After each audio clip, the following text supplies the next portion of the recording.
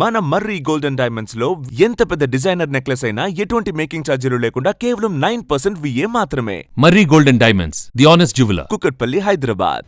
తెలుగు రాష్ట్రాల్లో ఆదాయపు పన్ను వసూళ్లు భారీగా పెరిగాయి. 5 ఏళ్లలో 78,000 కోట్లుగా ఉన్న పన్నుల రాబడి 2025-26 ఆర్థిక ఏడాదికి 1,46,000 కోట్లకు ఎగబాకింది.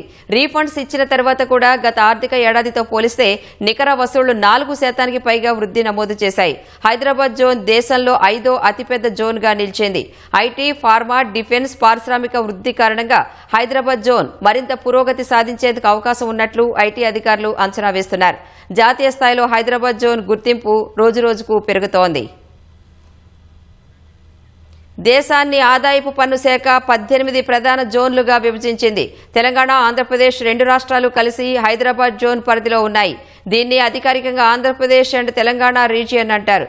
కేంద్ర ప్రత్యక్ష పన్నుల మండలి CBDT ఈ జోన్కు ప్రతి ఏడాది వసూళ్ల లక్ష్యాలు నిర్ణయిస్తోంది. 5 ఏళ్లుగా హైదరాబాద్ జోన్ పరిధిలో వచ్చిన పన్నుల్ని పరిశీలిస్తే అత్యంత వేగంగా ముందుకు దూసుకుపోతున్నట్లు స్పష్టమవుతోంది.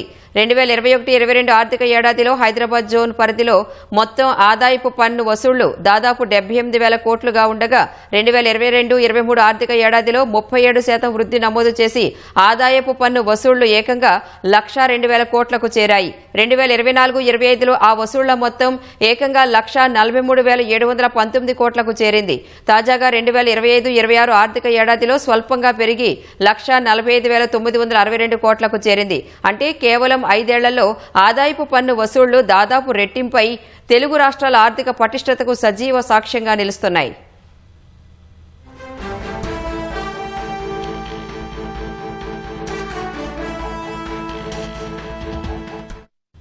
ప్రధానంగా హైదరాబాద్ జోన్ పరిధిలో పన్ను వసూళ్లకు సానుకూల వాతావరణం ఏర్పడటం, రీఫండ్స్ గణనీయంగా తగ్గడంతో పన్ను నిర్వహణ మెరుగుపడినట్లు అధికారులు చెబుతున్నారు. గత ఆర్థిక సంవత్సరం మొత్తం రీఫండ్స్ 24,521 కోట్లు కాగా తాజాగా 2025-26లో అవి 21,958 కోట్లకు తగ్గినట్లు ఆదాయపు పన్ను శాఖ గణాంకాలు స్పష్టం చేస్తున్నాయి. అంటే 10.45% తగ్గుదల నమోదు చేసింది. కార్పొరేట్ రీఫండ్స్ భారీగా 19.96% తగ్గాయి. అడ్వాన్స్ ట్యాక్స్ అసెస్మెంట్ మెరుగుపడటంతో పాటు పన్ను నిర్వహణ సమర్థంగా జరుగుతోందని అర్థమవుతోంది.